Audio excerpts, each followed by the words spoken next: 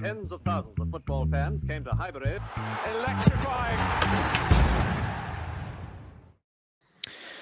Yes, guys, and welcome back to the unbreakable, the unmistakable, and the always lateable TCP Live. Coming at you live at 7:30 p.m. every Thursday evening on YouTube and available ad-free on YouTube memberships and Patreon. We are back, baby. Berta is cooking! And so am I. Horrible noise to start off. And so am I. Go on. I'm actually so excited by this. Just everything. I'm getting overwhelmed by looking at it. Because when I compare it to the laptop I had before, genuinely, it's like a generational upgrade. You okay? Yeah, you've moved your mic again. Oh. Now? Yeah, you're sounding good. You're sounding sure, good. yeah? You're sounding sexy. I reckon about there, yeah. Oh, yeah. Is my internet good? No, your internet's gorgeous, mate. Your internet's mate, gorgeous. I'm so happy. Of all the here we goes that we've had as Arsenal fans over the last weeks, we've had a here we go for Kepa. Yeah. We've had a here we go for Norgaard. We're nearly at a here we go for Mosquera. We've had the here we go for Zubimendi. But it's starting to go. I would say maybe the most anticipated here we go of all was your new laptop, bro. It was. And do you know what it is? I want to thank everyone in the comments because it was a journey. Right, so I think this is a very humble way of proceeding in life. I didn't know much about laptops because the last purchase I got was 2019, final year uni. So I had the 2017 Mac, right? So it didn't have any of the new chips and it was just a pile of trash, not gonna lie. It was just on its last legs. So I was thinking, okay, I could research all this on my own, but I can't be bothered. So I thought I'll ask people. And I got so much info. I was getting right. This is too much now. So I thought, screw it. I'm just going to go for a MacBook Pro. And then a few people that I trust were like, whoa, you're going too much. You're going too much. You don't need the MacBook Pro. Yeah. And I was thinking, yeah, you're right. Because I don't edit videos. I don't play games. So why do I need a MacBook Pro? Let me be a bit more frugal. Went for the MacBook Air. And so you pivoted. So what you did there is you had a target and then you pivoted. A target, yeah, and I was set on it. Yeah. But then you had the Edu approach.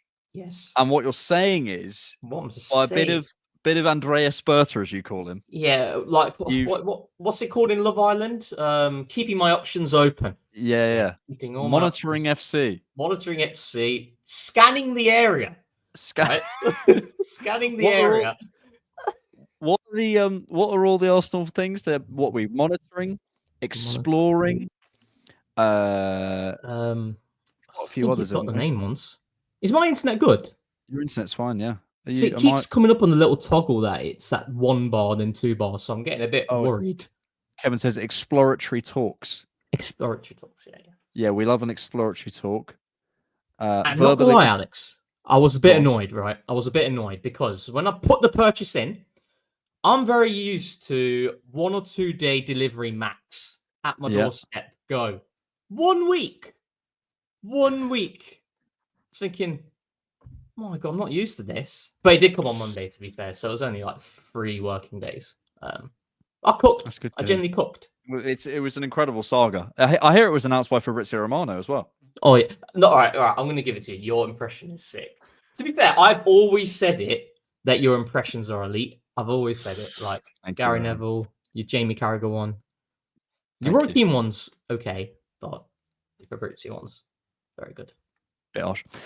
We're here to talk. We're here to talk. Since we were last on TCP Live, which was 2 weeks ago, because you abandoned all of us last week because you hate us. And do you remember we did it on that platform as well? God knows what it was called. Goodness me. Oh my goodness me! It was absolutely horrific. If you were there for the opening, because I've now deleted that from the internet. If you were there for the opening of that episode where we're ranking targets, it's some of the worst podcasting you'll ever witness in your life. I'll be honest, right? You thought this was poor. Trust me. I've never ever been nervous on a podcast. That one I was nervous for because I didn't know what was happening. I was so worried. Yeah, I was sweating. We're here to talk so much. We have a lot to get through. We talk Miles. talk Partey. We're going to talk Norgaard. We're going to talk Mosquera. We're going to talk Eze. We're going to talk Kepa. And then I'm on Latte Firm after this as well. So we've got to make sure we wrap that all up in time. But Rohan, most importantly, in fact, I was DMing your girl this week. Your girl. Your mate. Oh, yeah.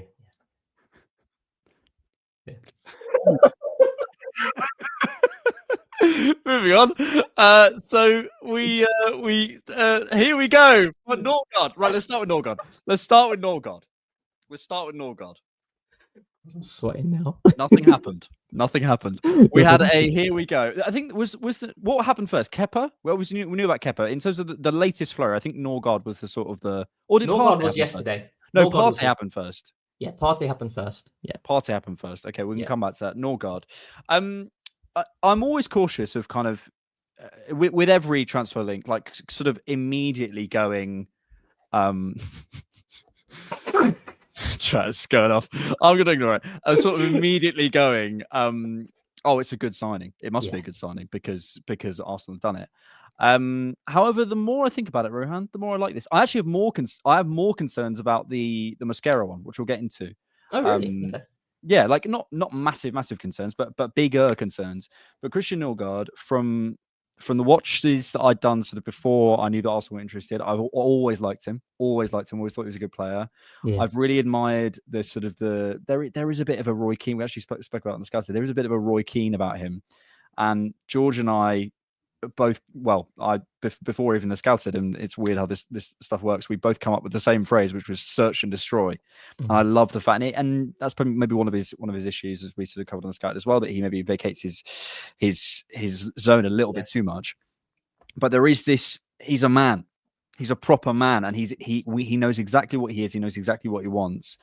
And yeah, I'm big on this deal. I really like it for the price, for the experience, for the age, for the fact that he isn't going to be starting every single game. I'm really big on this, and I think I have a sort of wider comment on the window, which makes it even better as well. But I just wanted to get your thoughts on the player first. Yeah, so it's interesting because I think it was January this year where I think it was City versus Brentford, and tweeted out and said Christian Norgaard is one of the most underrated ballers in the Premier League. You know, it's kind of like, for Brentford, I've got a soft spot on two players.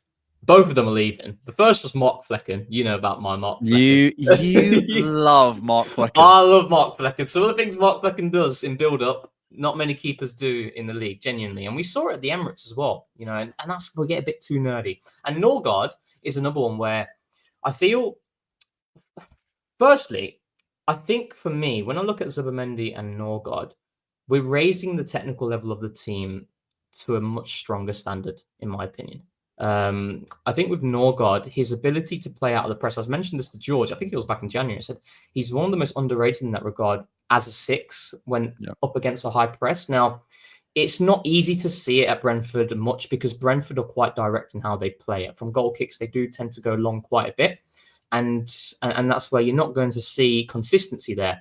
But I genuinely think a lot of the things with Norgaard is off the ball in terms of the numbers that you see and how he's ranked really highly in terms of, I think, is it tackles and distance covered, etc. But I think his on the ball game is quite underrated, and you're not able to see it much at Brentford because of the way that they play.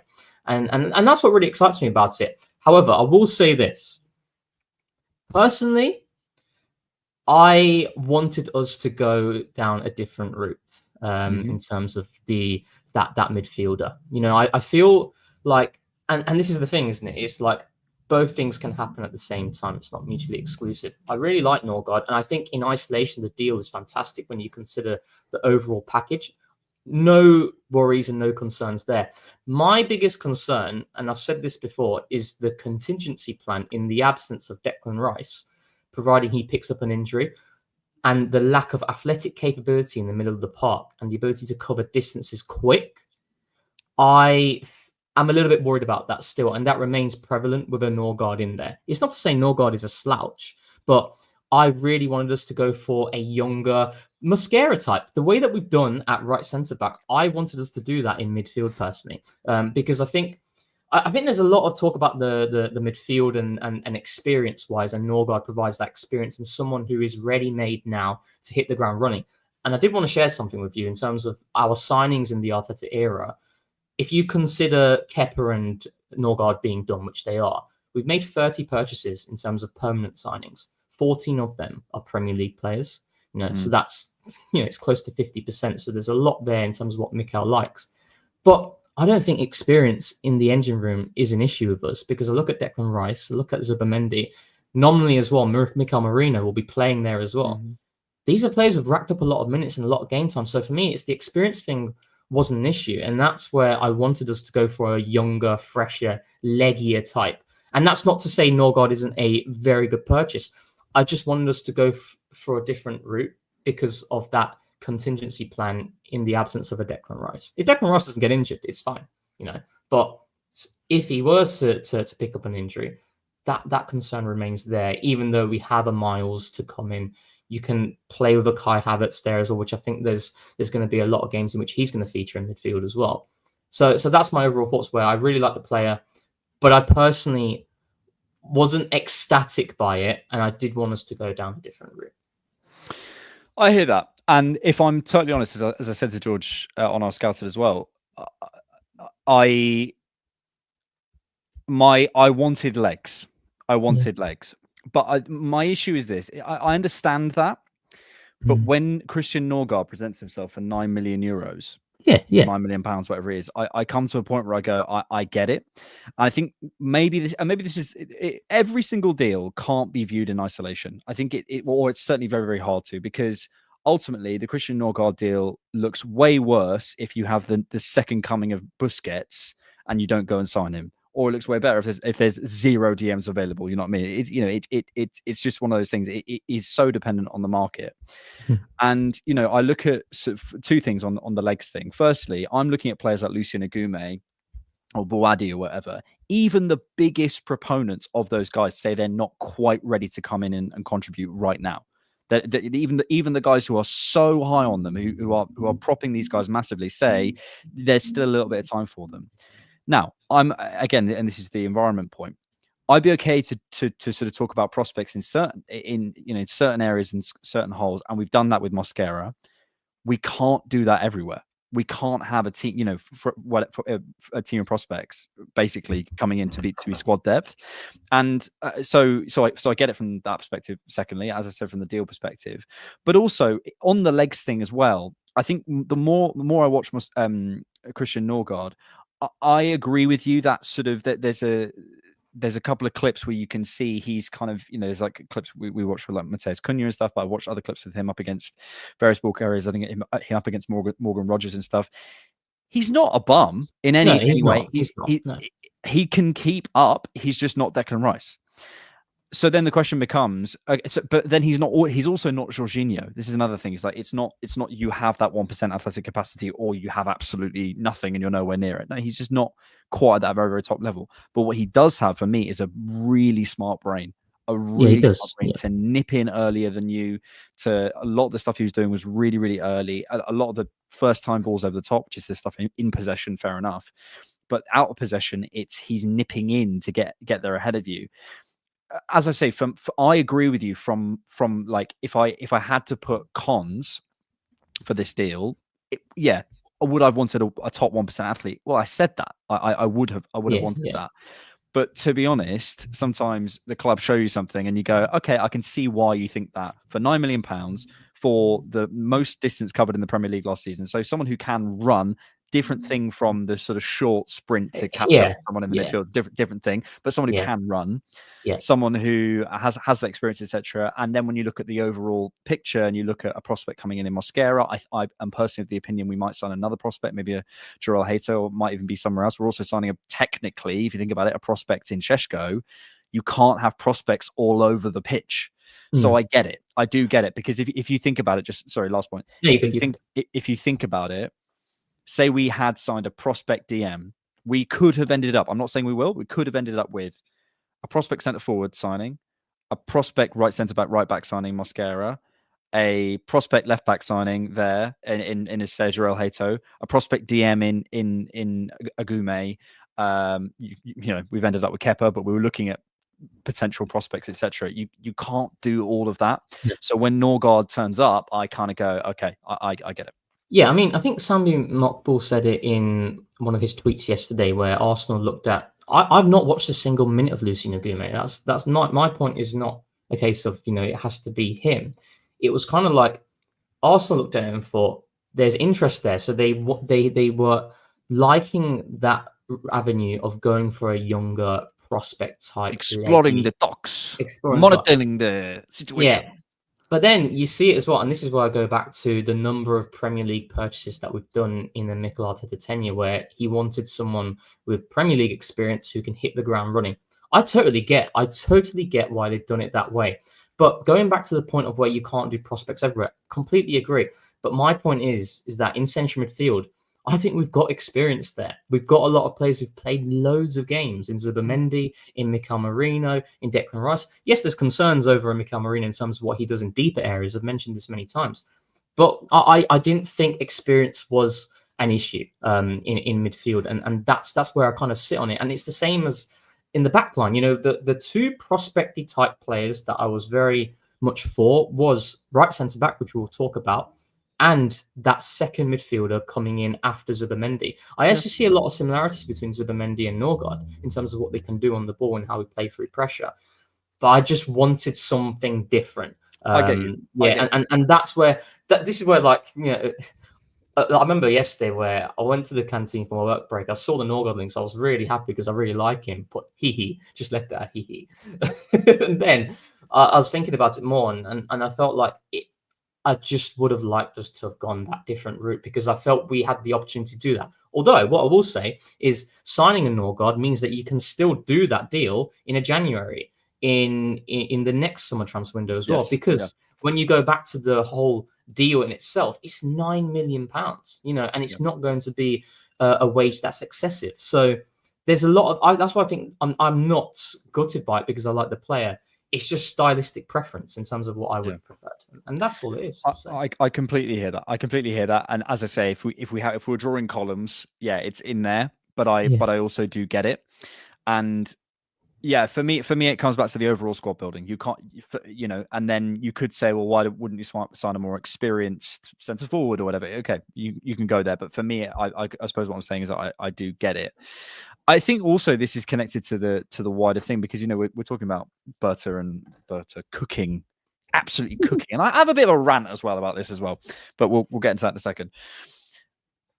Ultimately, what I think we've done with Christian Norgaard, adding into the sort of the pro list alongside Kepa and Mosquera, is for what are we? What's Mosquera? We're trying for like 19 million or something like that. 19 million euros. So it's 19 million. So 16 million pounds, £5 million for Kepa. So for basically around £30 million, and none of those guys are on big wages. We have filled in, I would say, I had this list earlier, and actually I wrote it on because I want to be consistent. And people, people accuse you of like, oh, you're changing goalposts, whatever. This reverse engineering and all that. Yeah. This is the list I gave on the different knock at the beginning of the summer. This is what I said, and I would reserve the right to say I now don't think that, but this is what I said. I said I wanted a prospect right centre back, right back. That is what we've got in Mosquera, in my opinion. Although I need to watch him more. To be fair with Mosquera, that's the player I need to watch more. We've got the second goalkeeper. We've got another 6'8". To be honest, I probably in my mind was looking more at the Onana and the Baleba type conversations. I have to be honest, but okay, we've gone and done that. That maybe increases my expectations for what this becomes. But then, because if you think about it this way, when we consider, so I think there's a little bit of confusion about. So Arsenal's financial year ends in May, but the PSR cutoff deadline is the 30th of June. I would say I'm 99% from all the reporting I've seen that the PSR deadline is the 30th of June. What I think we're about to do, and the reason I think we've done this now, because I don't think it's a mistake, and I'd love to get your opinion on it before we speak about the players again, sort of individually. I don't think it's a mistake that Kepa, Mosquera, and Norgaard have basically all the news has come out within about 48 hours of each other. That deals are quickly advancing. I said this on the stream earlier. This is what Arsenal are doing when everyone's going, where are they? And I'll come to a rant about that later. Like the first time we ever spoke to Christian Mosquera was not this morning. That's how you get deals done, right? So that's what they're doing in that period. But also, I think, mate, and I'd be curious what you think. This means to me that the world-class forward, we know what's going to happen. I'm not saying I know, I don't know, but I think we know what's going to happen with this and have quickly moved and gone for the cheaper backup options, which again, we're sort of reverse engineering, but which again, this will make a whole lot more sense. And the Norgaard deal goes, I really see why you did that. If we're about to go drop the best part of £200 million on Rodrigo and Šeško, because it's happening before the 30th of June deadline, we're getting that in that PSR 3-year cycle. We're going to drop off whatever it was, 22 to 23. We're going to enter a new cycle. And I think we're going to. I think we're going to spend the best part of £200 million on 2 new forwards. Plus, we're going to confirm Zubimendi. So it makes sense to go for slightly cheaper depth if you're going to spend bigger on those top 3 there. Yeah. If we don't go and do that, Rohan, and I have to be fair. If we don't spend big money here, as I think we're about to do from 30th of June onwards, and confirm all those deals and whatever, then I will have much more to say about. Well, hang on a minute. What about this? Well, hang on a minute. Why didn't we go get more of experience centre back, right back, left back? Hang on a minute. Have we got this? Maybe do we need a creative midfielder? But that's my position at the minute, and I'm curious what you think. Yeah, I mean, I think the frustration that I do see from Arsenal fans on the timeline is the fact that these deals have happened before the forward signings, and we know where the biggest driver is with this team. It is across the front line. I don't want to say it. I didn't want to say it. I'm just wondering, mate. Would you say that quality is the preeminent driver across the forward line? Agree. Across the forward line, interesting. Yeah, okay, yeah. But I think that's where the frustration comes. Where I think people can stomach the Norgaard signings. Right, I'm just trying to think from the lens of what I've seen on the timeline. You can't use that to portray every single fan, but it feels like okay, these are deals we can stomach, providing we invest big in the front line that has lacked significant investment for many windows now. And it becomes Groundhog Day. If you don't address that, you get so many of those games that we've seen in the knockout cup competitions against Newcastle, against PSG. Providing we don't do the business that we envisage we will do across the front line, and then we go into next season and we play a high-octane game in the latter stages of the Champions League or in the League Cup. And again, tactically, well-equipped and earn the right to win. But again, efficiency in the box lets us down. That then becomes not an element of luck. It becomes an element of just poor building and not addressing the fundamental issues that are there in the team. And I do think that we are going to go big, and I think we are going to spend around that money for the forward signings, because it seems quite clear from all the reports from reliable journalists that those are our 2 top targets. And I think that's where it's going to be. I actually do think that Šeško, my feeling is Šeško is going to get wrapped up quite quickly before the pre-season.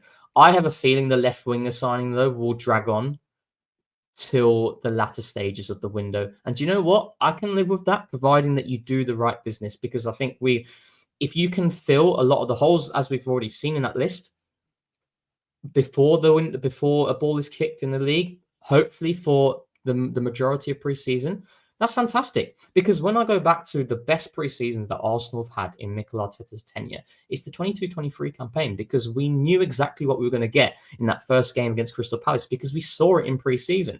Zinchenko came in, Gabriel Jesus came in, it was Saliba's first season, Ben White's role change. We saw everything in pre-season against Sevilla, against Chelsea, against Everton, in those games that possessed no jeopardy whatsoever. And I think that's where we're trying to get into that situation this season as well. And that's what really excites me, where I don't look at the deals that we've done right now as a way of me going to criticize them later down the line, because I actually think a lot of this makes sense. Like I said, I think the Norgaard one, not my stylistic preference, but from your list, and it's very similar to the list I had, it adds a fundamental hole within the squad that we absolutely needed to address in order for us to give us that depth. But then it's just a case of, can we do the big business? And I think those are the ones that take a little bit more time as well, because they're just bigger financial deals to do, really. So, Yeah. They'll take a bit of time. Yeah. I also DM'd Sheshko's agent on Instagram. Do you remember Saliba's agent? I DM'd him like 3 times back in the day, right? I got one response. I got one response. It was just like the standard like emoji, just the red circle. We should try. We should try. I wonder if I still got it. Actually, let me find it. Have a look. I put, brother, we're all excited for Sheshko. Any message for Arsenal fans? Brother, he's my mate. What did you message me today? Oh, chat. Right, I'm gonna say this right. Have you ever heard Alex say "real talk"? Because not gonna lie, Alex messaged me saying "real talk." Do you know Andrea Berta's name's not Andreas? And I'll be honest, I didn't know at the start. So quite a few weeks I was running with Andreas because I literally didn't know. Today's one was just a typo. But have you ever heard Alex say "real talk"? It threw me off so much. I think it's Alex. Anyway, I'll continue finding my DM. Yeah, I have DM'd him. We'll see what he says. We'll see if he replies. Oh, I haven't got it. Every year we sign a 30-year-old for people like you to say it makes sense. When was the last one that did well? Jorginho.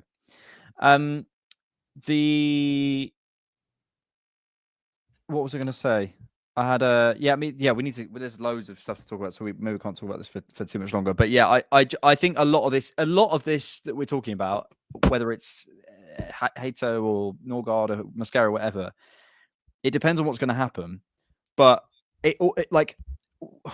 what more indication would we need as Arsenal fans to feel that we're at least trying for a left winger and a striker? What more would you need?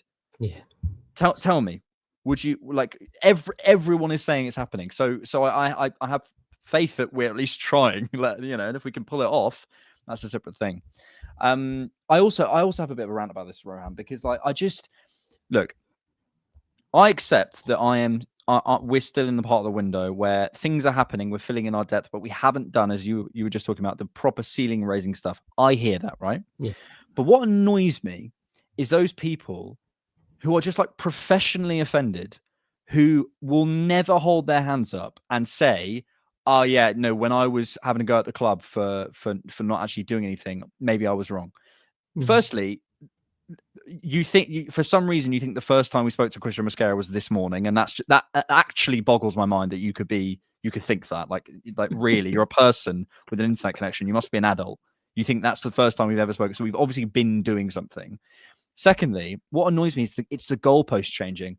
We're not going to do anything this summer. We're not going to do anything. It'll be same old stuff again. We start doing stuff. Yeah, but it's not good enough. The stuff that we're doing isn't good enough. What's going to happen? What's going to happen is then we'll go and sign whoever it is ends up being in the forward areas, which we're obviously trying to do.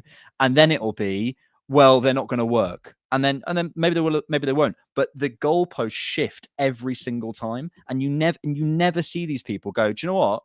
I actually didn't think Arsenal were going to commit serious money this window, and they have. I hold my hands up. You only ever hear them when something goes wrong, and if we were here, Rohan, which is why I bring it up. If we were here, if we came to the end of the window and we hadn't got a striker on a left winger, I will be killing the club, killing them. I'm gonna defend us here. Every time we feel we're wrong, we always say it. We do. We always say it every single time. Last summer window, or in the January, me and George sat on the stream and we're like, "This is a joke." Yeah, we did. This is a joke. This is not acceptable. But the people that bash the club never ever turn around and go, "Do you know what? Actually, it never happens the other way around." And it really annoys me. It truly annoys me because you don't love the club. You just love moaning.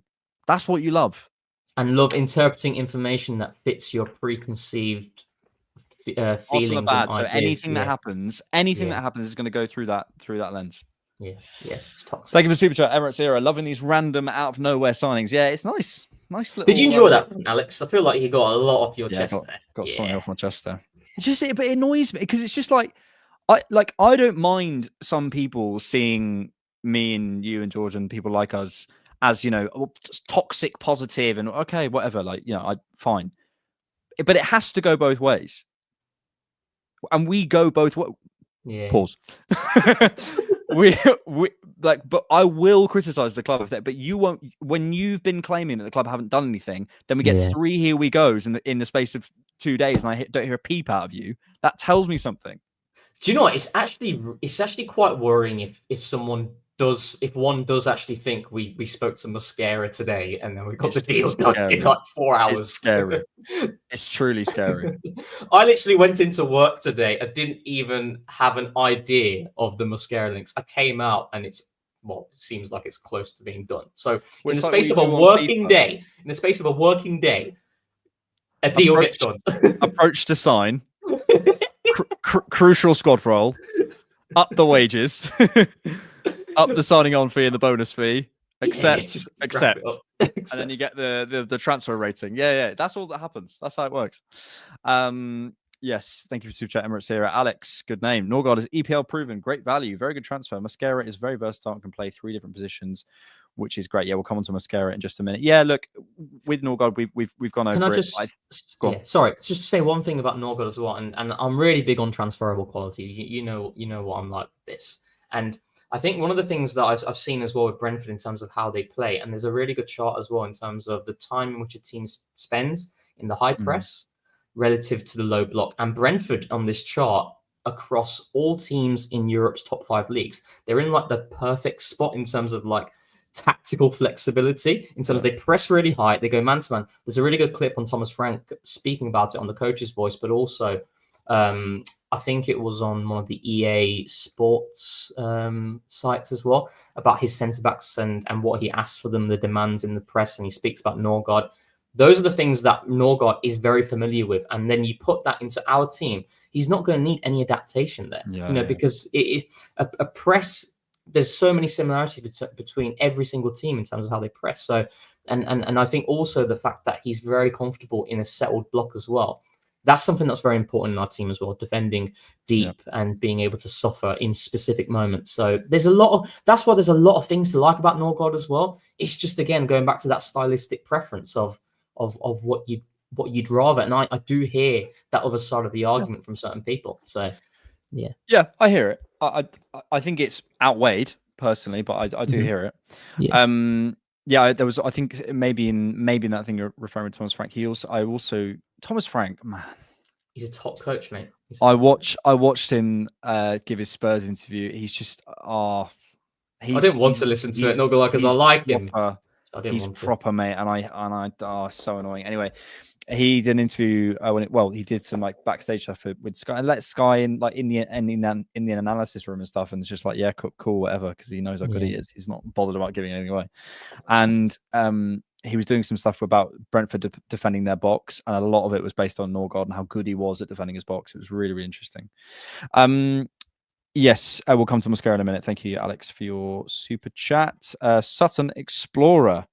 Thanks for the pod, gents. Norgaard actually saves money over 2 seasons if you were to factor in the wage difference between him and Partey. Genius. Yeah, Norgaard's on 40 grand a week. Yeah, 40 grand a week. Like, man, it's from a cost to output. I think we've gone somewhere with this. Ivan Smith. The moaners are the Gary Nevilles of Twitter, always reverse engineering news to suit their emotions. Yeah, and look, I hate that. I hate that, like, Twitter and the online. Because if you think about it, right, who gets to decide what Arsenal fans are thinking, or sort of what the narrative is? And I'm so big on this because I think it's so relevant to people like us who spend our time online and sort of engage in that, right? It's not only a small portion of the fan base who are even on social media and even like reading this stuff. It's an even smaller portion of people who naturally are the most extremes, and the most extremes in everywhere, by the way. So the most extremely intelligent, most extremely well-read, but the most extremely loud, most extremely disrespectful, it's always the most extreme. And those people get to decide.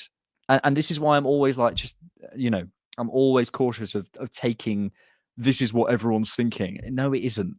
No. Most Arsenal fans, 90% of Arsenal fans woke up yesterday and went, oh, Christian Norgaard, that's a really good signing.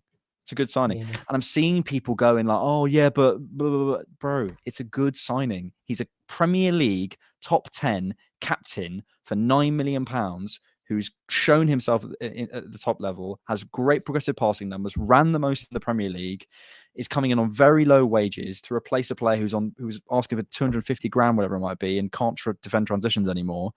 It's a good signing. Like, let's not allow anything to. I'm surprised it's 9 million. You know, I thought it would have been around 20, around that ballpark, to get it for 9 million. And he signed a new deal as well. I think it was in January. He signed a new 2-year extension to take it to 2027.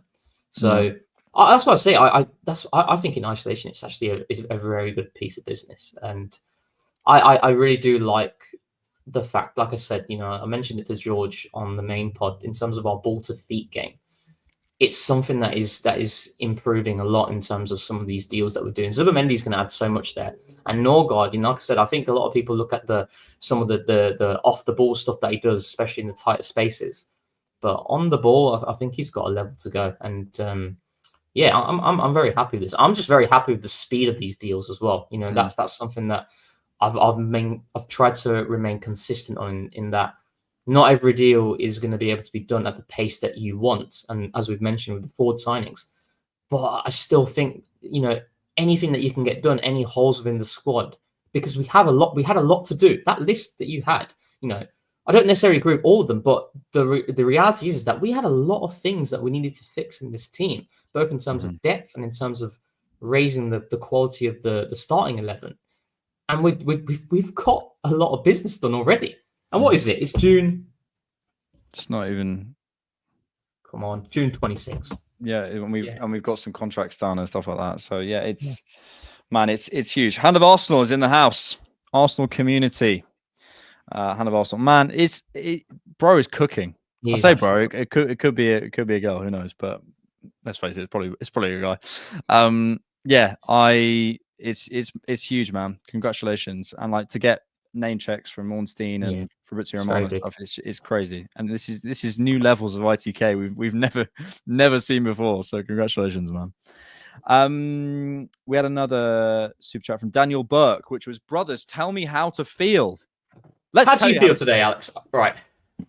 Today, I woke up, had a very productive day at work, felt good. Didn't read any Arsenal news, and it was bang, bang, bang, everything. Oh, yes, this is it. That's what I needed. Then went to the gym, felt even better, came back, and now I'm here. And I feel great. This is how you feel. That's how you should feel, Daniel. That's how you should feel. That was how I felt every single moment of the day. Am I... This could just be me. Is Rohan all right for everyone else, like internet-wise? It could be me. We've been having some issues. Oh, please do say, because of am I back? I think you're fine, but for some reason StreamYard's been having nightmares recently. So who knows? Beeve Lad says I'm fine. He's fine. So let's talk Mosquera, shall we? So we're pursuing that deal. Obviously, that came out earlier on through Hand of Arsenal. I think came in first, and then there was Fabrizio and David Ornstein, etc. I need to watch more. This is a player I haven't watched enough of, to be honest with Christian Mosquera. It's also Christian Mosquera. Ooh, okay. So that's going to be fun, watching everyone misspell that. George is already calling him mascara, so these are lost. I was calling him mosquito. Yeah, just call him mosquito. Look, in terms of the physical qualities, I think that's exciting to add. In terms of, like, that's obviously an incredible athlete and someone I kind of, in the nicest way possible, I compared him to a Nuno Tavares earlier. Not in the same quality sense, but in the sense that, like, when you have someone who's clearly physically that capable, there is always something to work with, and he's beginning to show it at Lazio, even if there's other aspects of that deal and other aspects of his development. But I suppose you can go check out the stream earlier for George's take on him in a deeper sense, because I need to watch him.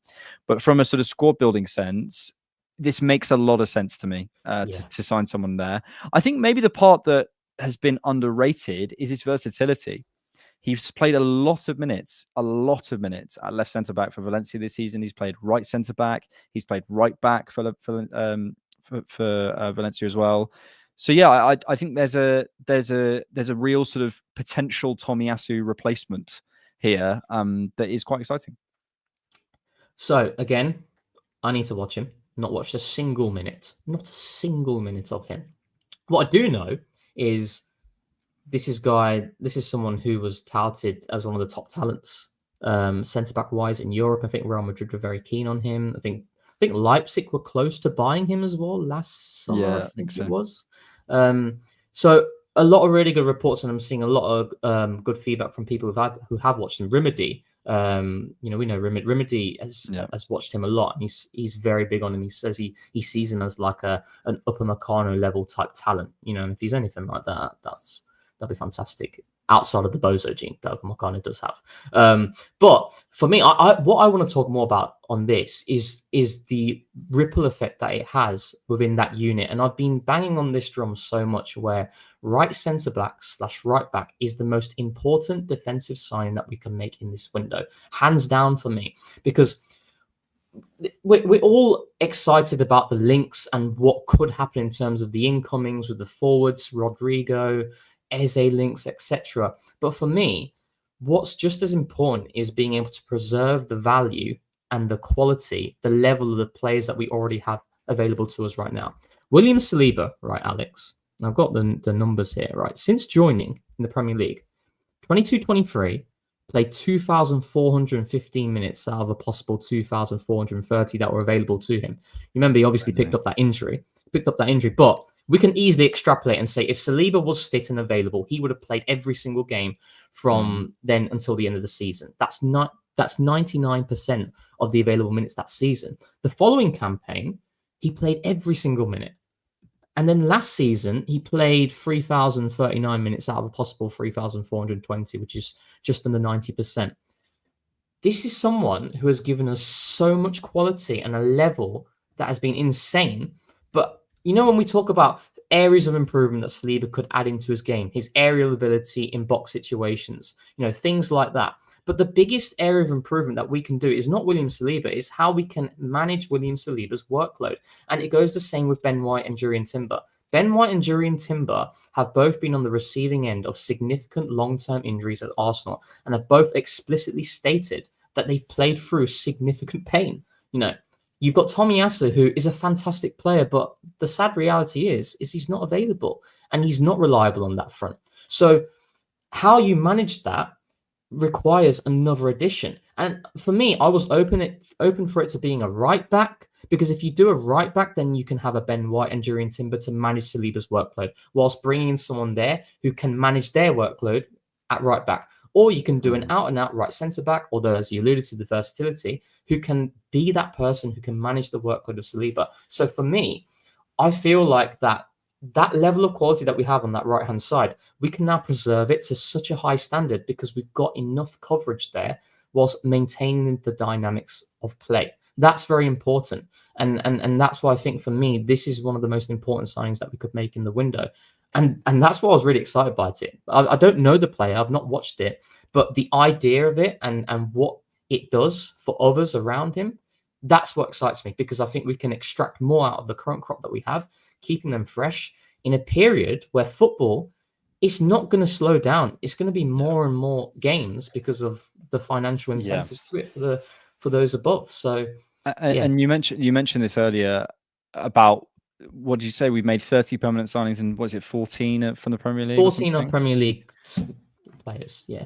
I've Premier League experience. And anyone we are signing from overseas, who are the players we've signed from overseas recently? Jurrien Timber, Calafiori. You could argue Mikel Merino, but I've categorized Mikel Merino as Premier League experience because he has Premier League experience, doesn't he? So, for I'm looking at but I'm looking at this window. I'm looking at Benjamin Šeško, Zubimendi. I'm looking at Zubimendi, which is a slightly different thing, and Mosquera. Like, physically, what I find interesting now is oftentimes you'll look at sort of a player who's linked to Arsenal, and you'll find some kind of stat about either their dual capacity, or their sprint ability, or their run ability, or their athletic ability, some kind of athletic quality. It's like a different sport now. Like, it honestly is to the way it was 20 years ago. We're watching track and field with a ball. Like, we really are. So the adding athletic quality, I think, is becoming it always was important, but like you almost want to go athlete first at this point. And I've got this sort of thing here, having more running, whether if I don't know much about the player sort of on the ball, which I need to look more, but the thing I do know is, having watched him run and watched him in sort of comps and stuff, his running power, like that ability to get up and down, he has that. He can cover space and cover ground, which Saliba and Timber, as you mentioned, the workload, and it's a huge thing. And getting more and more athletes and players who can sort of cover those spaces is huge. I look at this, maybe just to move off Mosquera for a second, and just speak more generally. And I think we're approaching a really, really exciting squad depth. I was talking about this with George on the stream earlier. Vieira and Tomiyasu are probably the two who could maybe involve Reece, but I've assumed Reece and Tierney, etc., have gone. Partey has gone. Zinchenko's, I think I assume will go. Maybe you could stick Trossard back in there, but someone's going to go if we get a new winger, I think. So I've just gone with Trossard for now. Mm-hmm. But regardless, you could play with this a little bit. But you see, I think we're going to end up with this situation where we have two really good quality options in every single position. And to go back to it again, proper crazy athlete Mosquera, proper crazy athlete Gabriel, like 1% athletes. We are filling this team. Rice, Gabriel probably even quite there, but Mosquera, Timber, I would say in terms of certain, and when we say athlete, it doesn't just mean running power, like specific qualities physically. You look around the team, even Havertz, repeat sprint ability, let's say. You're looking around the team, and I'm just seeing athlete after Marino, that first dual capacity. The physical quality in this team is crazy. It's absolutely crazy. Mosquera, another 6'2" player. Christian Norgaard, most runs, most distance run. We have question marks about, that movement, running backwards, but that's a different thing. My point being, there's so many top of the range athletic qualities across this group now. And hopefully it can deal with the workload better. Yeah, and I think for me, like when we talk about the press and it being the staple and the biggest, consistent theme, in my opinion, of Arsenal's football under Mikel, you need to be the only way you're able to preserve that is if you have that athletic capability in terms of being able to meet markers, but also being able to shift into different roles, cover different spaces depending on what the opposition is doing, and that's what really exciting. I actually do think that the way that we have upgraded and continued to add more layers to our back line is so impressive. I look at the option, like if you look at all of the signings in Mikel's tenure, strictly backline options, none of them have failed. You could argue Nuno Tavares, but we've got our money back for Nuno Tavares, and that was at a time where Arsenal weren't able to purchase specific players, because of where the football club was. But you look at Ben White, you look at Timber, you look at, the potential prospect of Mosquera. Like I said, it seems to have attracted a lot of big interest from big clubs. Real Madrid really keen on him. Gabriel, the biggest, like the best example there. There's just so much quality there, and I'm really happy with the way that we've kind of continued to evolve and we've continued to add. Yeah. The only thing I'd say is, if we're being picky, there is room there for another different left back type profile. It's kind of like, when you talk about pressing needs, an absolute must. It's not an absolute must in my eyes, whereas I did see the right centre-back / right back an absolute must in terms of preserving the quality of that unit. But again, it's something that, we can add, and then you're looking at it, you're thinking, wow. And we mentioned it many times where, Arsenal need to win now. We know all these things, but there still has to be the look of what Arsenal are going to do in the future. And you need to be able to continue to evolve and manage the squad so that we are there next season with exciting talent, not just all for the present day. And that's what really excites me about some of those options. Yeah, absolutely. And we also know that a lot of these guys are either have confirmed their contracts, which we'll talk about in a second with Miles, Saliba, Nwaneri, and Saka are obviously in talks, and I think those things will happen. But yeah, I look at it and I start to see depth, I start to see quality, I start to see as I say, top level athletes, and even question marks on the sort of the 23, 24, 25 area of the squad. Vieira, a fantastically talented football player. Can he get in the team? And rather than having to rely on him, I think that's Tomiyasu, can he get in the team and show us something, rather than God, we're waiting for Tomiyasu to come back because we haven't filled in the gaps. So I think we're in a good slot. Again, if we get these done. Yeah. It's so contingent. A lot of this is got a big star on it based on that. Very, very kind super chat. Thank you, Mr. Ty Box. That is very, very kind of you. One thing that will be amazing that no one talks about is the fact that we will have Jesus, Havertz, and Gyökeres, hopefully, or Šeško, as options. And then on top of that, the extra options we're going to have on the wings and elsewhere, game changer. Yeah, I think this really comes back to the depth conversation, doesn't it? And I think Jesus as well. We're going to be in a position, and this is why I feel someone's going to have to go. 100%. This is why I feel someone's going to have to go, and this is why I think it might have to be Martinelli, but that's a different conversation. We're going to end up in a situation where Gabriel Jesus could be our 5th attacker, maybe even 6th. That guy changed our world 3 seasons ago. He changed our entire world 3 seasons ago, and he might be our 5th attacker. And this is, and by the way, this isn't, oh, wow, Arsenal. This is just, look, we have to do that to keep up. But also, well done for keeping up, because it's like it is a, the stuff that gets thrown at Arsenal. I think there's many reasons why I think a lot of it is fair, but a lot of it is unfair. But some of it, I think, is based on the fact that we are sort of forgetting that we didn't have Gabriel Jesus for the back end of last season. We're forgetting that we didn't have Saka for a lot of that year. We're looking at the outcome and thinking we're a million miles away, when actually we're going into a season, hopefully with more depth, as the super chat has said, and we're getting those guys back that we missed. So I think as long as we get it done, we're in a really, really good position. And the Gabriel Jesus one was I'd say out of all the, like Kai, Saka, these hit us hard. The Gabriel Jesus one hit me quite hard as well, because it felt like the first time in which we had the Gabriel Jesus of old back. Yeah. That week where, Crystal Palace, you just loved playing against them, but you could just see the level of performance and what he was doing in deeper areas, that qualitative superiority he was providing in terms of maneuvering out of difficult scenarios, 1 or 2 players beaten. Like we'd not seen that Gabriel Jesus consistently since that 22-23 first 15 games that he gave us that real level. That's what really, really made me upset with that injury against Man United, because it felt like we're getting him back. Like all the doubts that we had. Yeah, Arteta said it. He said like we'd found him again or something. So yeah. George has made a good point as well, just in the chat. Hi, Georgie. We sort of alluded to this earlier, but we didn't actually go into it. What then happened? Once you have proper depth, let's just go back to that depth thing here. Once you have proper depth, and let's say we do go and get a left back in here with Miles, maybe you pop in here. Can Marino become a real floater? And Marino we like, but we know there's probably a level to go there. And you get Miles and Rice as your left backs.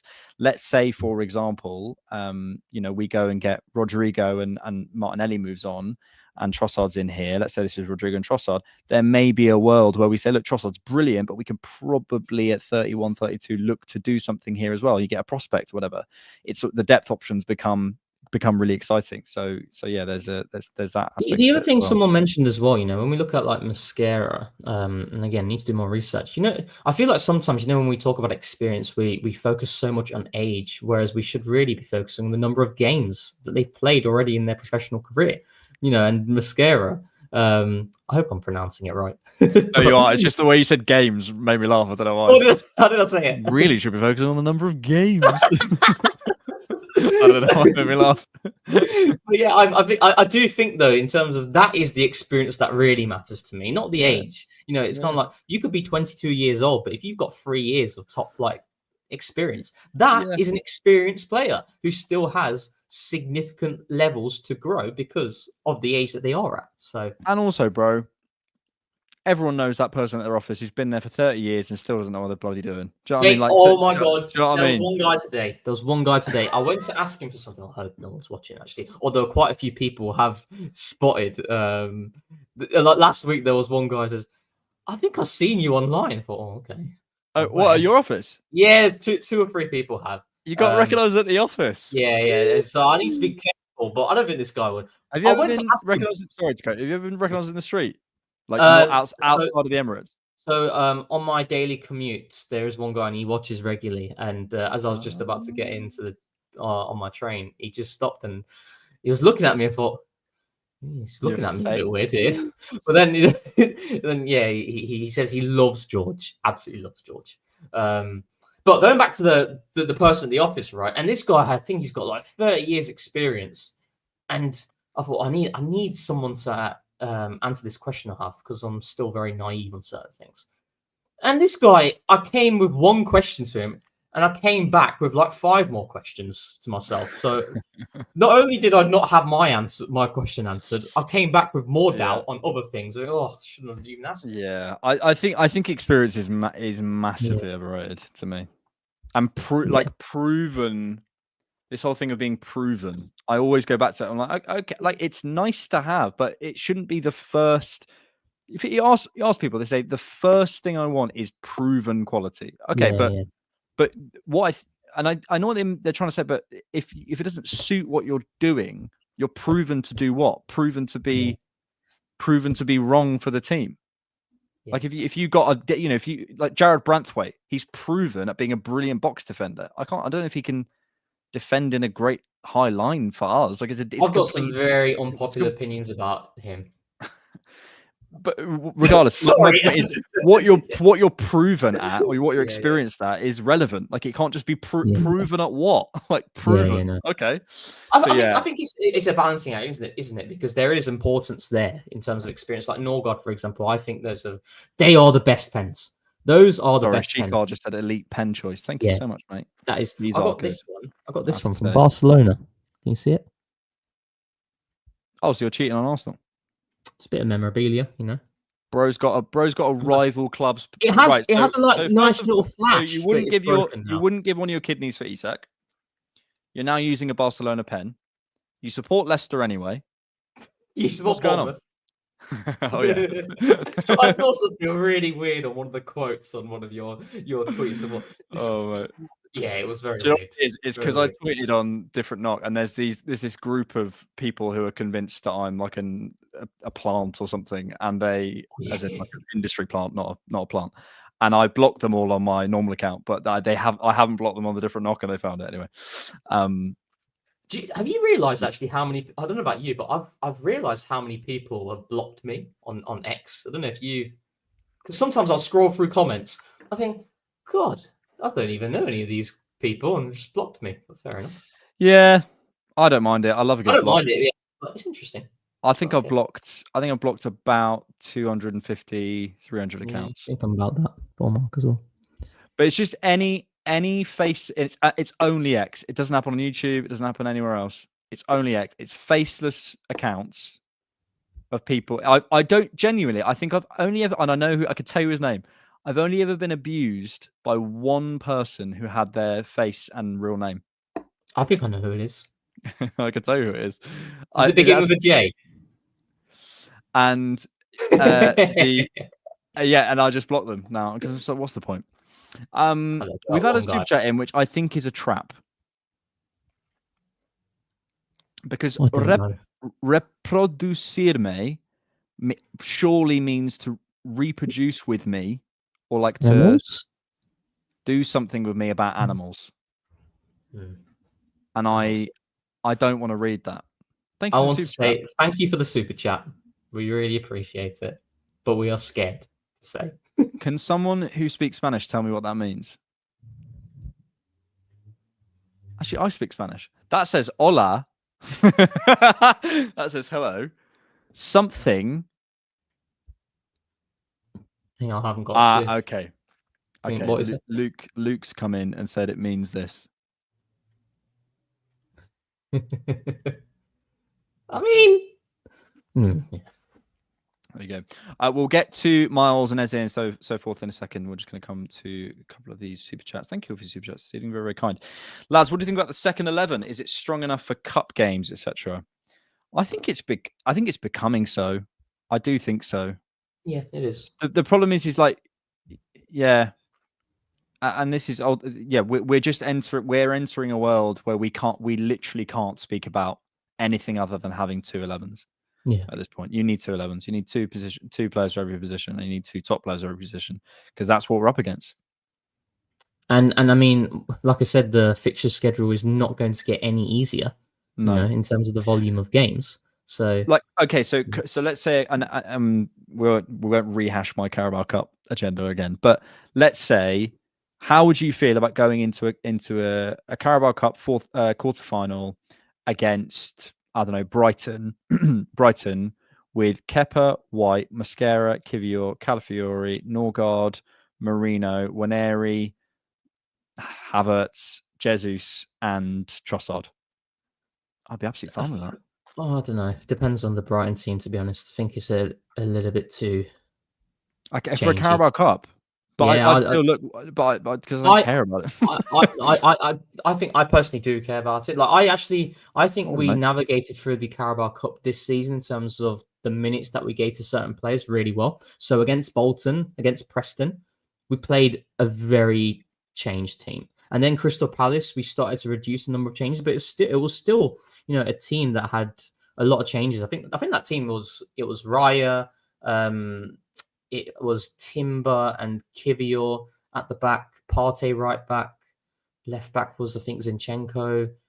So we made a lot of changes, and then Newcastle, when it came to the semi-final, we took it really seriously. We didn't win it, but I actually liked how we approached the Carabao Cup last season.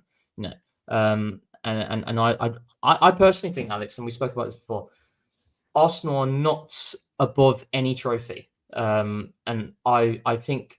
For me, yes, we have our priorities, and that's where those fourth round games or fifth round games where we're playing against lesser opposition, you absolutely should rotate and you should adopt the same mindset that we utilized last season. But when it gets to crunch time and it gets to the quarterfinals and semi-finals and it starts to get serious and we're up against top teams, I want to take it seriously because regardless, the Carabao Cup and the FA Cup are not tangible measures of success in terms of measuring a team's sustainability. That is the league and the Champions League. You won't get that in the Carabao Cup and the FA Cup. Manchester United are the perfect example for that. Arsenal are the perfect example when we won it on the latter stages of Arsene Wenger's reign as well. But it factually is a tangible measure of success for me. And this team needs to know how to win a trophy. I know the Carabao Cup, winning it does not correlate to how to win a Premier League, but I think it's just something this squad needs, and I do want us to take it seriously when it gets to those latter stages where it's against opposition. I can get on board with that. I think the latter stages. Okay, put it this way: if we were up against Newcastle again this year in the semi-finals, I think I'd probably put out the same team as we did. That team was stronger, wasn't it? But my point is, if we could go back, I probably would have done it. What I probably would have done though, up against Preston and Bolton, is go even weaker, to be honest. But that's a different conversation. But I think with more squad depth, you wouldn't have to have gone weaker because you have players who need minutes at that point. But ultimately, we go into the season with 22 players. We get 3, 4, 5, 6, 7 injuries, and there we are. Do you know what I mean? So you have to play. You have to go strong, or involve kids. Yeah, yes, it is success, but it has to be put in a it's £100,000 for the prize money. It has to be put in context. The way I see it, again, it's not success in terms of the long-term sustainability of what Arsenal Football Club are going to do season in, season out, right? But and I don't, because winning a Carabao Cup is not going to give us an idea of who Arsenal are, right? Because Manchester United, like I said, is a very good example for that. But it is, for me, you've got 4 opportunities to win silverware in a season, and if Arsenal won stuff over the past couple of seasons, I'd completely understand the fact that, we have bigger fish to fry, which we factually do have anyway. But we aren't in a position right now, for me, to, not look upon these cups and take them seriously. But like I said, I thought we did take it seriously last season. I thought we navigated through it really well. So we did. I think it's tricky, isn't it? Because you can say, and my whole thing with the Carabao Cup has never been, I think we should throw it. It's can we think about this for a second? I guess maybe it comes back to where you are in the season. If you arrive at a Carabao Cup semi-final with a fully fit squad and the squad are telling you, Gaffer, we want to go for it, go for it. But if you arrive at the Carabao Cup semi-final, I think as we did with a lot of players in the red zone, and do you know what I mean? It maybe has to be managed kind of within season. Let's give you this, right? I'll give you this conundrum. So let's say, the fixtures are out, but forget about that. Let's say we play Liverpool at Anfield on the Saturday, but then we've got a Carabao Cup semi-final on the Tuesday. No, let's see, on the Wednesday, actually. On the Wednesday against Newcastle. Okay. Right. And then the game, and just the weekend prior to that, the game that we just played was against, like, I don't know, Spurs at home, right? So how do you navigate from? Would you then say in that scenario, Depends where you are in the league. Depends where you're on the league. If the league is still within reach, you fully prioritize the league. You just, for me, you just see where you are after. Because also the thing is certain games will take it out of you, and certain games become, you know, say you randomly get 2 early goals, you just go full strength. In my opinion, you go for the league. You might, go away to Anfield, you get 2 early goals and sit in. You're not running that much, and everyone's ran 3 kilometers less than you expected. Everyone recovers well, and you think, all right, we're fine. Who knows? But yeah, I don't know. The Carabao, we've gone down another Carabao Cup rabbit hole. Let's not necessarily go there as you chew your Barca pen. TCP lives all about. We do what we want. No, you're a fake fan. You're a fake fan. Barca pen. So, Daniel Burke. Daniel, you look like a creative to me in your picture. You look like you might be an actor or a director or something. Which 2 current? You got the hair for it. If you know who this is, your hair looks like Greg Doran. If you know, you know. God knows nice. Which 2 current players for an improv 2-man show? Who would I most want to be across from? Let me ask this: who would I think would give me something in an improv show? I think Miles and Ethan, you get absolutely no change out of them. Nothing. Calafiori would give you something. I feel Calafiori would sort of would get involved in it. Yeah. I think Rye would give you something, but I think Rice would as well. Rice would love it. Mate, he's a cringe guy, isn't he? I got so much stick when I said that once. Like, who are you to call him cringe? Have you looked at yourself? Oh, okay, all right, chill out, mate. Chill out. Ben White would actually Ben White would be the worst. Ben White would he just wants to walk his dogs, and fair enough. Like, and fair enough. Yeah. Yeah. I do feel that. So. Ben White would give you absolutely nothing. Good question. Mr. Ty Box says, great work, lads. Get the super chats in. It's underestimated how much hard work this is. Give them the support they deserve. Hope this is the best transfer window we've seen in decades. Mr. Ty Box, you've been very kind on the super chats. Thank you, mate. That's very nice. That's very kind. Yeah, I mean, I'm hopeful. Look, I'm hopeful on this window. Look, it's shaping up. We have to, because we haven't had football in so long, I think we're closer than we are to the football returning. We're not, lads. We're not even halfway through. Pre-season soonish. Our first game is like the 23rd. So we're about halfway, just over halfway to pre-season. So our first game of pre-season, but as into the season starting, we're still not even halfway. It's been a month since we played against Southampton, isn't it? Yeah. I mean, the Declan Rice posted on his Instagram today, he was only doing like reactivation today. So they're only just starting to go back into the gyms and stuff. I've also literally clocked out on football in terms of like Club World Cup. I've watched like 10 minutes of that. 10 minutes, if that, to be honest. No. It's cricket season, mate. It's cricket season. Does the Saka backup require... No one cares. Does the Saka backup require more priority? I think it's Jesus, mate. That's who I think it is. I also think stylistically, Ethan has the tools and facilities to perform that role as well if you alter the dynamics. Like I said it to George, where one of the biggest criticisms that I do have of Mikel is specific players. He's not consistent in how he utilizes certain players in areas where we have like a star there, like Saka, and he will use the player who comes in the exact same way. And that's what I felt we were doing with Ethan. We were asking Ethan to do Saka things when Ethan isn't Saka.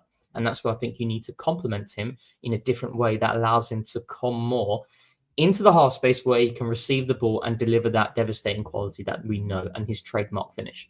I felt like we were constraining him far too much on the touchline.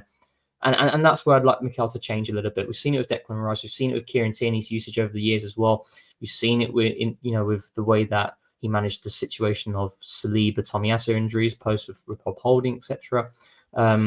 So that's something I'd certainly like to see improvements on. Because for me, Alex, I've said this to George, right? You can't get the exact same profile in every single position. It's just not possible. You have to alter the dynamics to allow that player coming in give him the best opportunity to perform. And Nwaneri had a lot of very good games at right wing. But he also had a lot of games where he was defended out of the game and you didn't see much of him. And that's where I think we can do more. So I've never felt like the Saka, after what I saw of Ethan, I didn't feel like the Saka backup thing with Jesus as well, as you've mentioned, is a big concern for me now. And this is why I look at Haaland and the money that they've saved us and the impact that's having on our business. Yeah, I just don't think you. I've gone back and forth a little bit about this, but right now, you can't get a backup for the franchise player. So you just do different. You just do different things. You just who's Salah's backup? Yeah, exactly. Who's Van Dijk's backup? There isn't. Who was Kevin De Bruyne's backup? Who's De Bruyne's backup? You just do different. You just do different things. Exactly. Final super chat before we go back to the. You're right. What's that? A tree or something in my hair. We'll go back to the transfers and stuff. Start Explorer. Assuming the 4 here we go players and the left wing and centre forward come in, who would be your favourites to win a theoretical in-club Royal Rumble? Oh, that's a great question. Are we going WWE here? Is that a fight? Yeah. Or are we going WWE? Sutton Explorer. I think we are. It's like, you get in the ring and you throw them over the turnbuckle. But I don't know anything about WWE. What is it? As in, you haven't. You basically. But isn't it all fake? Huh?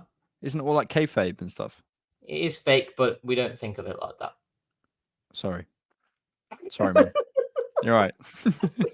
Honestly, Ashley was devastating. I feel like I really hurt you. Whatever. I don't watch it anymore. Back in the day, I was. Gabriel, surely. Who's winning? Okay, who's winning a massive fight out of the entire Arsenal squad? Gabriel. Yeah. See, Declan Rice, I think, is a bit soft in that scenario. I reckon he'd be a bit soft. Yeah, be like, guys, stop it. Mikel doesn't want us to fight. Okay, right. Well, let's go through the players who'd absolutely suck. Zinchenko's gone. Martinelli's out. Awful. He's gone, mate. Trossard will be awful. He needs to sleep. He shouldn't be in the Royal Rumble. Yeah.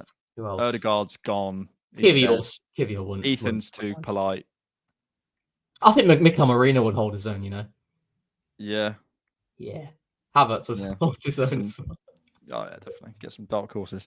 Let's go back to some transfer rumours, shall we? There was also some rumours today, Rohan, about potentially Eberechi Eze not being off the table. Oh, I think it was from Ben Jacobs, who said that essentially some people are saying we've even agreed personal terms for him. We're just trying to find the news. I could have actually prepared this, but nah.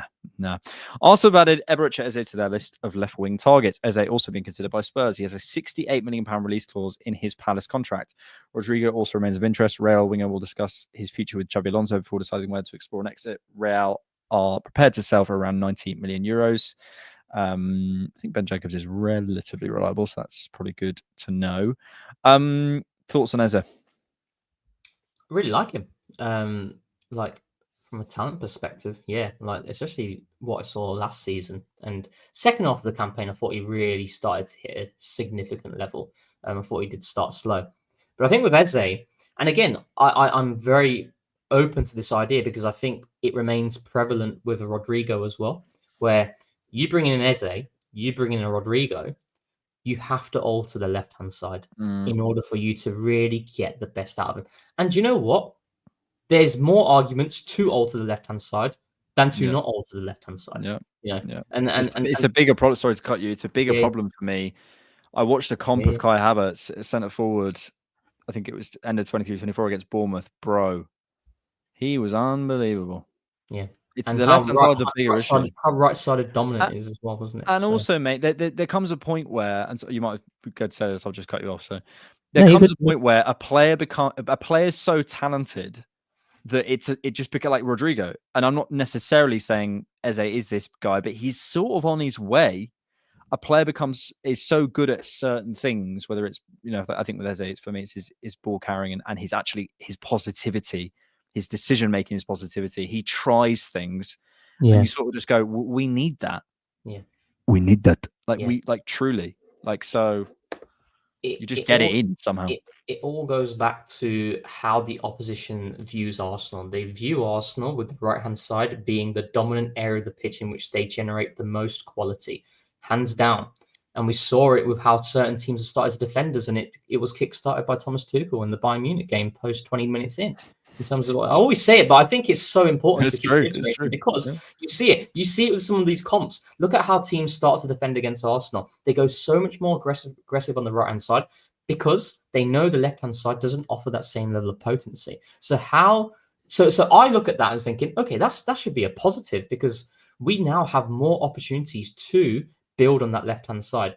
And I mentioned this to George, and I put a tweet out about it as well, where so when we look at like left-wing players, there's this idea in which, we have it in our minds, which, okay, Arsenal need to sign a touchline left winger because that's what the current role is in the system that we have as of today. Now, firstly, we have seen Mikel numerous times. I won't bore you to death with it, but he changes. He does evolve. Whether you agree with the evolution or not is a different story and a different matter, but he does change. So going back to that point where I think when you think of it of the lens in which Arsenal need to get that specific profile on the left-hand side, you remove yourself from the talent of a Rodrigo, you remove yourself of the talent of an Eze, even someone like a Morgan Rogers. You remove yourself from that because they don't stylistically fit that current profile to a T. And this is where I go back to the most important thing in how a team plays is the ideas, intentions, and what they are looking to achieve. Like Jurgen Klopp, when I ask you about Jurgen Klopp and what Liverpool did under him and how they played, you don't go straight away and look at specific roles and the 4-3-3, etc. You go by the high energy press, the fact that they're looking to get the ball into box situations as quick as possible, and they're willing to go with basketball type games because they feel you can throw one punch, but we'll throw 4-5 and we'll knock you out. So again, waffling on a bit, but going back to the point where you should not stop. You should not keep your mind on a specific role. You should instead look at what is the best quality out there and then adjusting to the needs of that player, because you can do that. You can change there whilst preserving the ideas, the intentions, and the mindset. And what I like about this is the fact that these links don't suggest that we're going for an out-and-out specific hugging the touchline 1v1 guy. We're going for players with varying quality, and we're looking at the market and seeing what's the best out there. And I like that. We're willing to go. We're willing to adapt based on the quality, because ultimately there's only a certain amount of players who can change games, can win games for you. And if they're not the perfect, ideal, going to fit in perfect puzzle piece, what are you going to do? Just never sign them? No, You're going to have to adapt to what you're going to do, right? So look, I'm open to it. Am I convinced Eze is like, the superstar in waiting? Right now, as I sit here, no. Like Rodrigo, I think has shown me a different level, but equally, mate, in a different environment, as the main guy, Arsenal fan.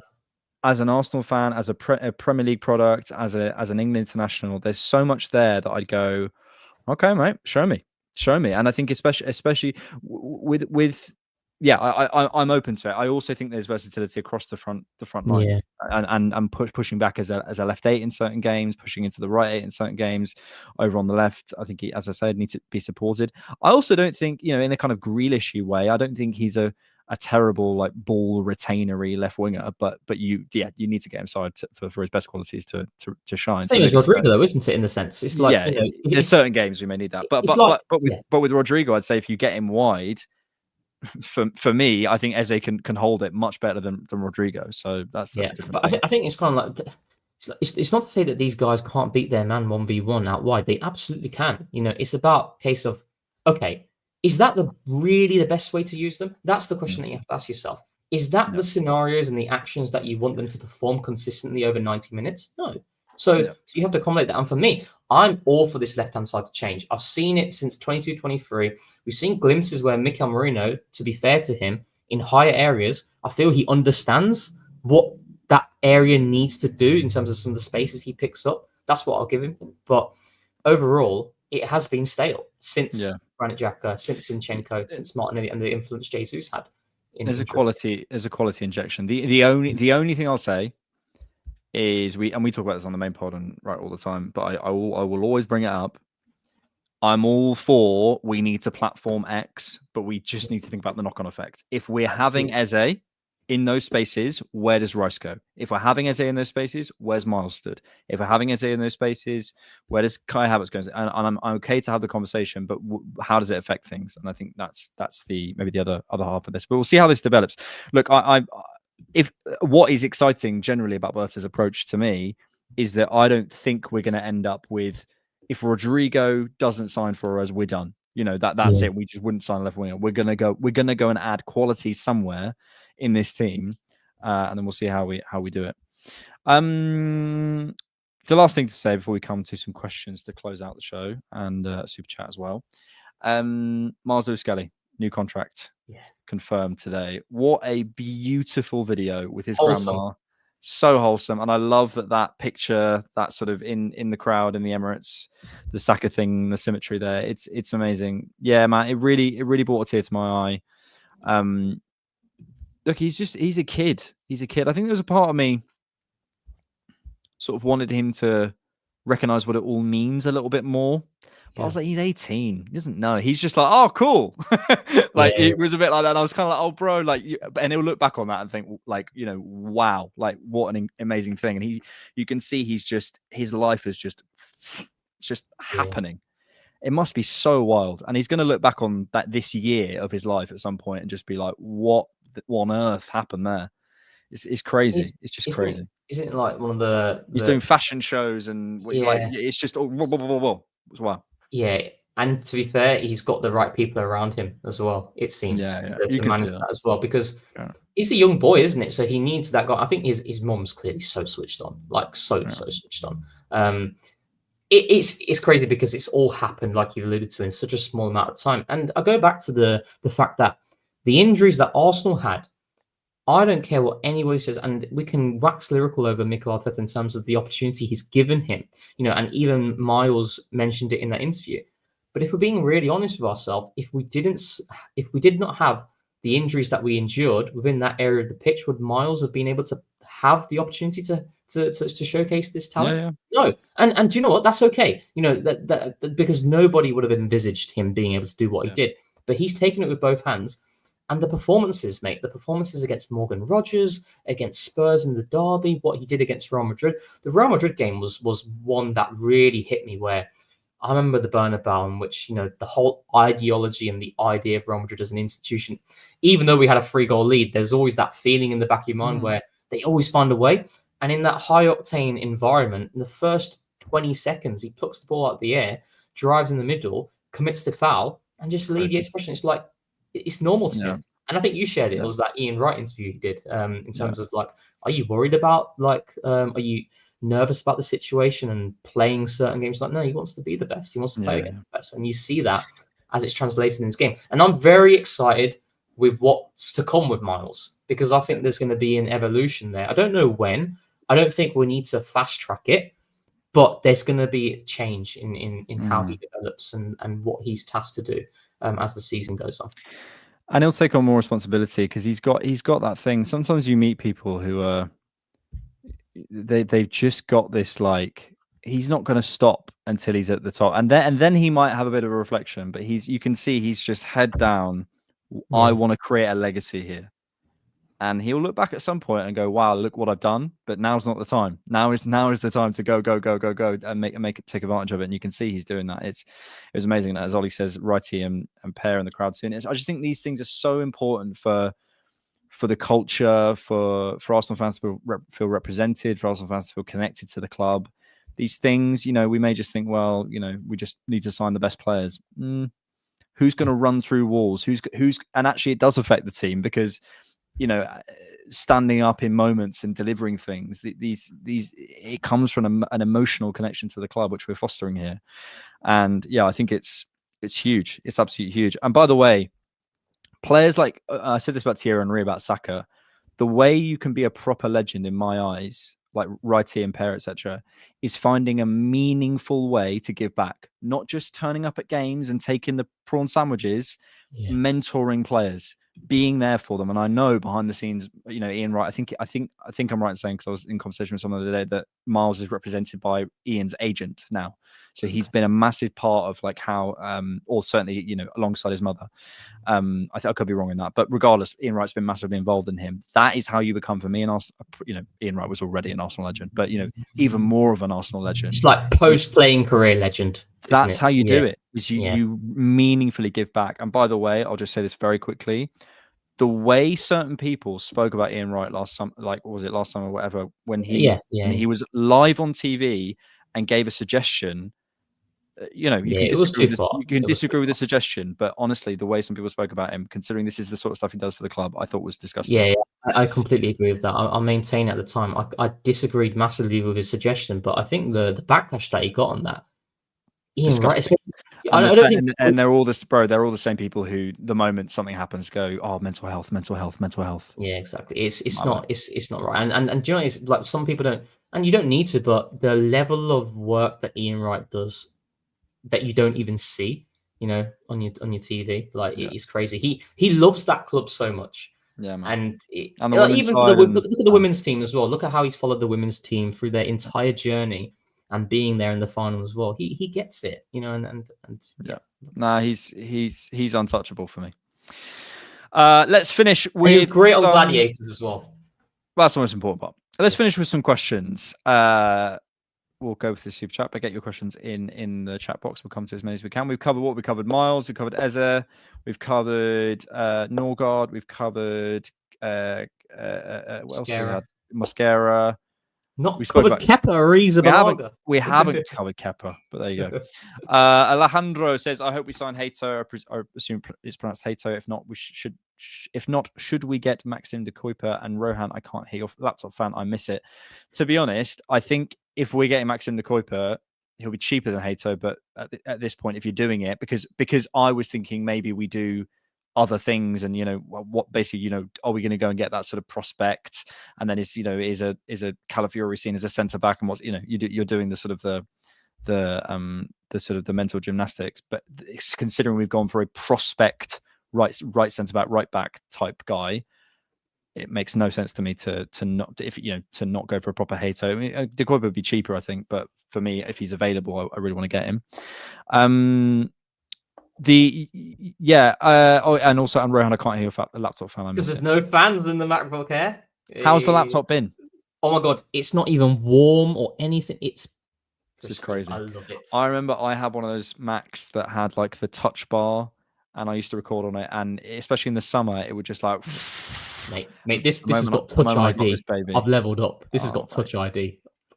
Does yours have Touch ID? Baby. Yeah. Oh, does it? Really? More than you believe. 2021 had Touch ID. Hand of Arsenal, thank you so much for the support. Genuinely, top guys, mate. You are absolutely smashing it. He was announcing the laptop as well. He was building. Yeah, I only have one gripe with you, Hand of Arsenal. You didn't reply to something I put about Rohan's laptop saying, "Can you confirm this or not?" Maybe you don't want to give out information. Maybe. Yeah, maybe. Can we talk about Cuesta spot in the coaching staff, and will Santi come to Arsenal maybe next season and stuff? I think there were some links to Gabriel Heinze, which I've spoken about. Santi is a shout. Obviously, he's finished his Oviedo. What a beautiful story as well that was. The finishing his Oviedo story that way, amazing. What a player! Genuinely, if he was in a different era of Arsenal, he'd be considered in a very different bracket. I think I tweeted this. He got 81 appearances for Spain. Yeah, no. Do you know how good you are in that era as well? In that era to get 81 appearances for Spain. Yeah. That's like being an attacker and getting 81 appearances for Brazil between 1995 and 2005. Like that's crazy. He notched quite a few before he came to Arsenal as well when he was at Malaga. Like I think he had 30 odd by then. He's generally tough. In terms of the coaching staff setup, right? I always sit in the camp of just go and get the best person out there available, as opposed to it being the sentiment. It doesn't need to be the sentiment for me. It needs to be someone who can give you the biggest impact and a different voice. And I think the Carlos Cuesta thing is, listen, obviously, you you feel a little bit gutted because he's kind of been there as well along the journey. You see it in the All or Nothing, but you also see it. I don't know if you watch a lot of them. I watch every single like bench cam, and you always see Carlos Cuesta, and you see with the goals and stuff, and he's always one of the first ones to stand up. But ultimately, it's just part and parcel of football. An assistant manager who has an opportunity to essentially be given a role in which there's actual jeopardy. Because let's be honest, Carlos Cuesta, there's no jeopardy within his current role in terms of the media. He doesn't have to face anything. It's Mikel facing it all. He does the things. You want to challenge yourself. Yeah, you want to challenge yourself. Pep Linders did it. He didn't. I don't think he was particularly successful, but he tried it. You see it with people like who was Ancelotti's right hand man? It was an English guy. I think it was it McLaren? Oh, Paul Clement. Paul Clement tried it as well. So many people have tried it, and it's just like in normal life, if you have the opportunity to add more layers to your CV and add more skills, you take it. You usually take it if the financial things around it make sense as well for you. So, I'm actually excited. It's a different voice potentially coming in, and you continue to evolve, really. So, and I think if there's anything, maybe this team, what you feel like the coaching staff, because you just get the energy even when you watch them in All or Nothing, or you sort of hearing the communications they're having, or you watch them on the sideline and stuff. Obviously, you're picking at scraps, but you don't feel they're lacking intensity. Yeah, exactly. You feel maybe they're lacking someone. Maybe it is a Santi who seems like a more of a jovial character to come in and be like, I've got some thoughts and stuff, but actually, guys, why don't they have a day off tomorrow? Maybe someone like that. I don't know. We're speculating, but Jack Wilshere. But I imagine it'll probably be a name that we've never even heard of, and I'm sure everyone will be an expert on within about 10 minutes. Hansa Cold says, Elite Podcast, thoughts on Rory as a guest? Rory talks ball or Chelsea Rory? Chelsea Rory. I'd have Rory talks ball on for sure. Chelsea Rory I find fascinating. Interesting, isn't it? Very interesting guy. I met him on I did a TalkSport show with him. He was a really nice guy. Seems but nice. I think I really like him on as a podcast he does with Spencer FC called Internet Dads, and I watch that occasionally. And he's like he's a lot more relaxed and stuff. And he talks about his sort of football side and stuff, and it's interesting. He knows what he's doing. He knows what he's doing. I feel like there was I think my brother was watching. I don't know what the stream was, but a few of the big YouTubers were atting us. Alex, me, you, and George. I think. Oh, who? I don't know. I'll double check who it was, but I think some indirect stuff. Oh, really? Okay. Yeah. Okay. There you go. That's very mean. Whoever it was, it's very mean. As Michelle Obama says, when they go low, you go high. Thank you all for checking out the Cannon Podcast live. Really appreciate you being here. If you are new to the Cannon Podcast, make sure you like and subscribe, all that good stuff. Make sure you also are able to listen to us on Spotify, which you can do as well. I must say, I'm about to go live with Faisal from Latte Firm at 9:15. So if you're watching this, grab yourself a quick drink. We'll probably go live about 15:15. I'll be going straight away live with Faisal to do some Norgaard chat. I think we're doing Norgaard chat, but let's see. Honestly. New laptop is faring beautifully, Rohan. It's very exciting. We're truly back, because the last TCP live we did, we were stressed, weren't we? We were stressed. Then we tried to do a main podcast. Oh my god, chat! You don't know what happened that day. It was one of the worst Sunday evenings ever. We literally were like trying for an hour. We didn't get anywhere with it, so we both wasted an hour. I was like, do you know what?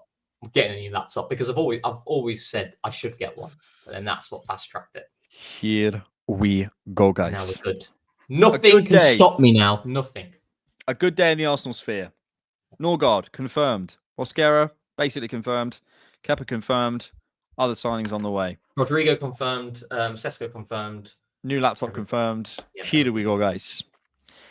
Thank you so much for watching the Cannon Podcast live, guys. We are going to go to Latte Fun now, guys. So here we go. Fabrizio Romano is going to Latte Fun. Here we go. Thank you, Rohan.